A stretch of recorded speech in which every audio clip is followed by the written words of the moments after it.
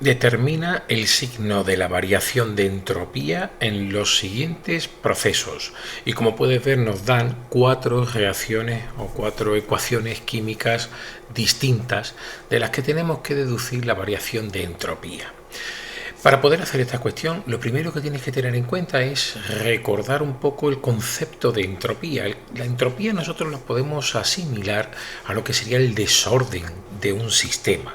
Es decir, cuanto más, entre comillas, desorden tengan las moléculas de un sistema, decimos que mayor es su entropía.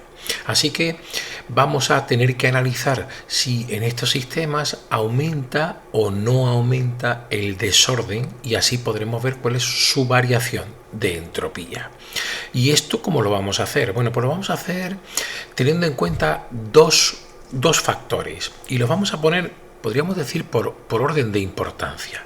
El primero de estos factores es, como puedes ver aquí, el estado de agregación de reactivos y productos.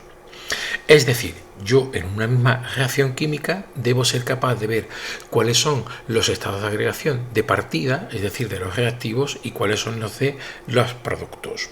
Evidentemente, si yo parto de un estado de oxidación, por ejemplo, de un orden mayor, y llego a un estado de agregación, de un orden mayor, y llego a otro estado de agregación de un orden menor o mayor desorden, querrá decir que aumenta la entropía del sistema. Así que siempre, como primer vistazo, a ver qué pasa con los estados de agregación de los reactivos y de los productos.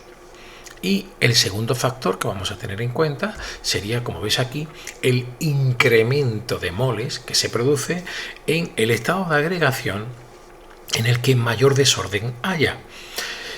He llegado a este punto. Cabría quizá recordar que el estado de agregación donde hay mayor orden sería el sólido, después seguido del líquido y por último el más desordenado sería el gas. Esto se debe a los grados de libertad de las partículas que componen cada uno de estos, estados de agregación.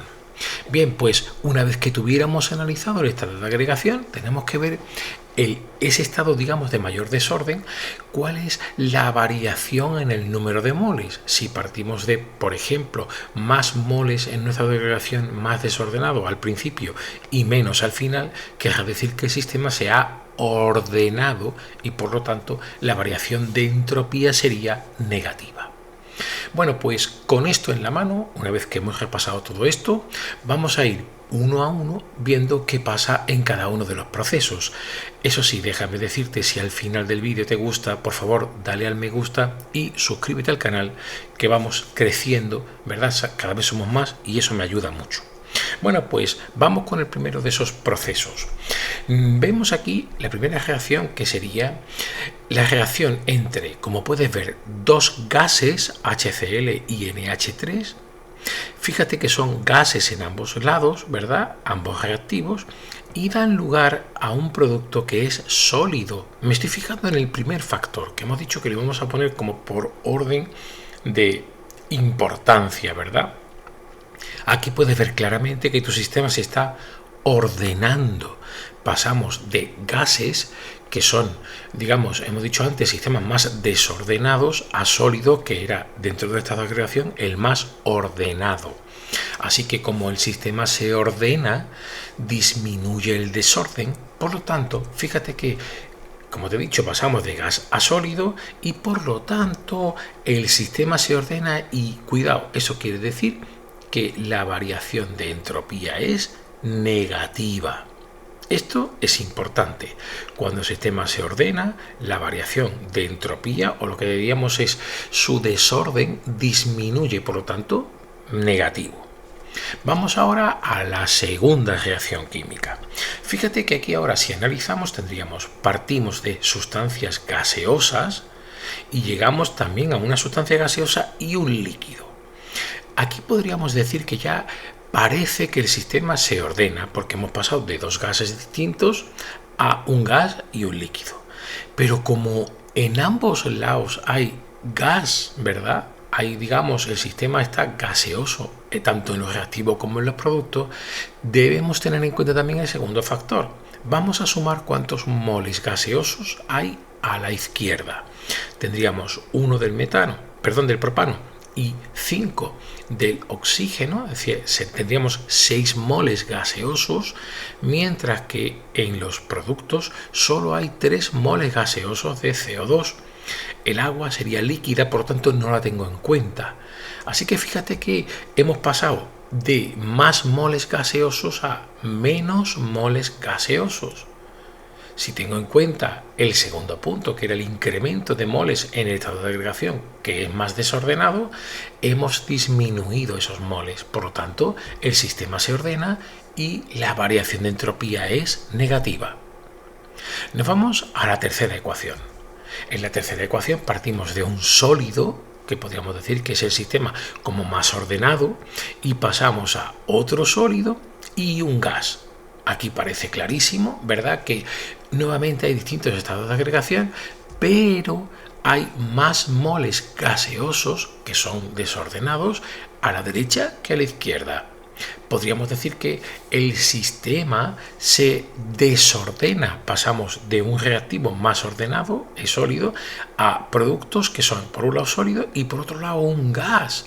Así que si el sistema se desordena, ahora sí la variación de entropía tiene que ser mayor que 0, positiva.